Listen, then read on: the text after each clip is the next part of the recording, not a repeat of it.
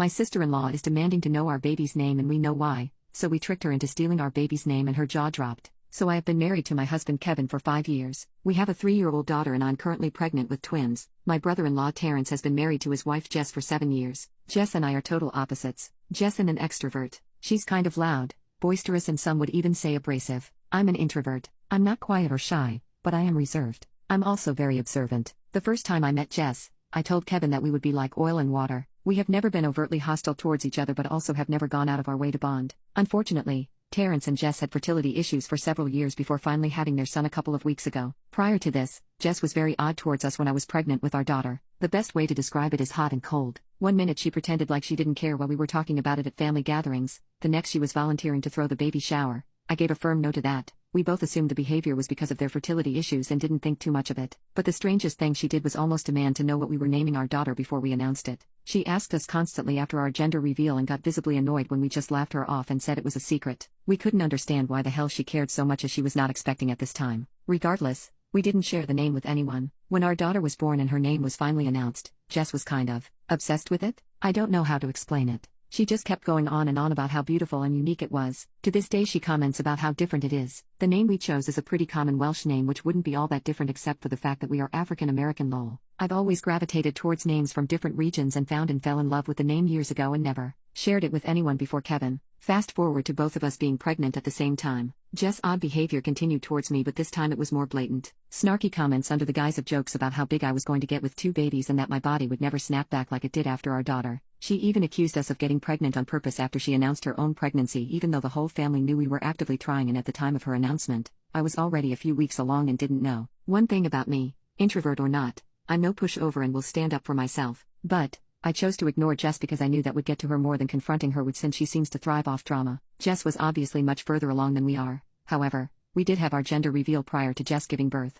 And right on cue, the baby name interrogation started again. Because they decided not to find out the gender of their baby in advance, Jess kept hounding us for both of the names we had already picked out. But again, we declined to answer. After days of this, I got annoyed and asked Kevin if he thought the reason for her insistence was so she could use the name first since she was due first. He kinda chuckled until he realized I was serious and said he didn't think so but that anything was possible. So I said, let's test it. We were due to host my father-in-law's birthday at our house a couple of weeks later and I decided to leave something in the unfinished nursery with a girl and boy name on it and see if Jess went snooping. Because Kevin thought it was silly, he said he would give me $20 if she did it. So I went onto some site where you can order custom name wall decals and put in the names Aria Rose and Sebastian Ali. These are names that we like but aren't remotely close to what we chose. This will also be our last pregnancy so even if Jess did use them, we wouldn't care. I didn't complete the order. I got to the final page and then printed it out and hid it in a dresser drawer in the nursery. The party goes off but because we were busy hosting, we never noticed if Jess disappeared for any extended period of time. When I went into the nursery the next morning, nothing was out of place and the order sheet was still in the exact location, so we both just went Valp and forgot about it. I did however notice that Jess never asked us about the names again.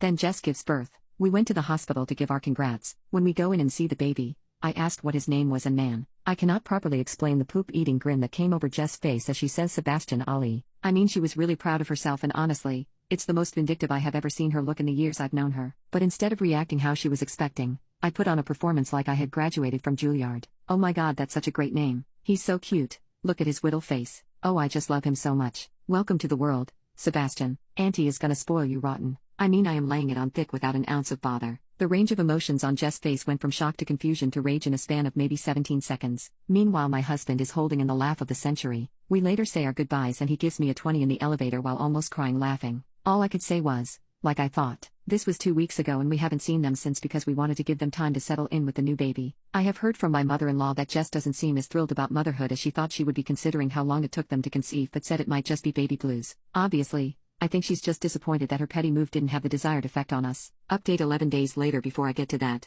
I want to give a little context about my relationship with Jess to explain why I did what I did. Feel free to skip past it. To put it plainly, Jess and I have been in a one-sided beef since the day Kevin and I started dating. I give her zero thought if I don't have to and yet, I live rent-free in her mind. Based on snide comments she's made over the years, the reason why is jealousy. Kevin and I dated for only a year before we got engaged. We then were married within 6 months of that engagement. We had an actual wedding with a ceremony and reception, went on a honeymoon, bought a house in the burbs and got pregnant in rapid succession. Both of us have good careers and are financially stable. Mother-in-law, father-in-law and Neil all adore me. Jess and Terrence did not have a similar path. They had been on and off since they were 19-20, with Terrence never really wanting to commit. During one of their breaks, Terrence got a FWB pregnant and now has an 11-year son. This has always been a sore subject with Jess due to her fertility struggles, fibroids. When they finally got back together, she pressed him for marriage until he relented and gave her a shut-up ring. They went to the courthouse on a random Tuesday, then had dinner at Red Lobster afterwards and went back to work the next day. Not trying to be shady, just relaying the facts. They now live in a 2-bedroom apartment in a call city while working hourly jobs. They aren't minimum wage or anything, but constantly need OT to make ends meet. This has led her to resent me over the years. She thinks everything has come easily to me and has let that fester. There was a time a few years ago at a gathering where she got drunk and got into an argument with Terrence. I think her attitude that night stemmed from seeing me with my infant daughter. To hurt him,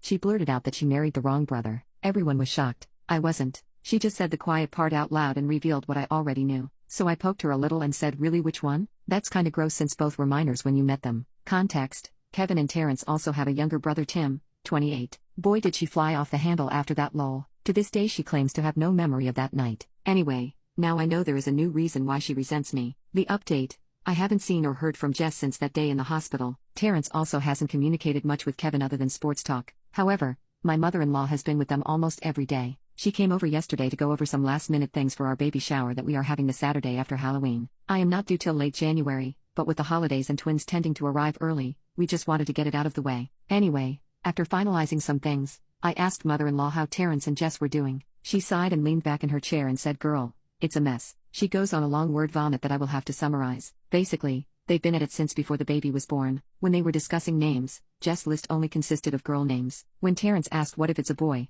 Jess was adamant that it wouldn't be, but if it was, they would just use Terrence Jr. This caused an argument because Terrence's 11-yo is not named after him and it would be petty to name the second son a junior. Unbeknownst to me, Jess was having severe anxiety over not the name, but the gender of their baby. So much so that she refused to find out early because she was afraid of disappointment and she wanted to enjoy her pregnancy believing she was having a girl. She really wanted a girl. I mean really wanted a girl. This goes back to mother-in-law in my opinion. Mother-in-law is the only girl of 4 brothers. She had 3 boys. 2 of her 3 boys, Tim has a 6-yo, have boys. Then my daughter came along. Mother-in-law actually broke down in tears at our gender reveal. Since the day she was born, mother-in-law has become a little obsessed with her lol. Not in a Jamil way. She knows and respects boundaries, but the whole family is aware that my daughter is mother-in-law's favorite person in the world. I think Jess thought that by having a girl, she would get that same attention and affection from mother-in-law. She has never been Jess' biggest fan. When that didn't happen, something short-circuited in her head. Mother-in-law's words, not mine. Before we arrived at the hospital that day, they were still fighting over a name, so I guess when I showed up she just blurted it out. While I still think it was to hurt me, it seems like it was also because she didn't allow herself to think of anything else because she didn't want a boy. I said in the first post how I noticed her expression,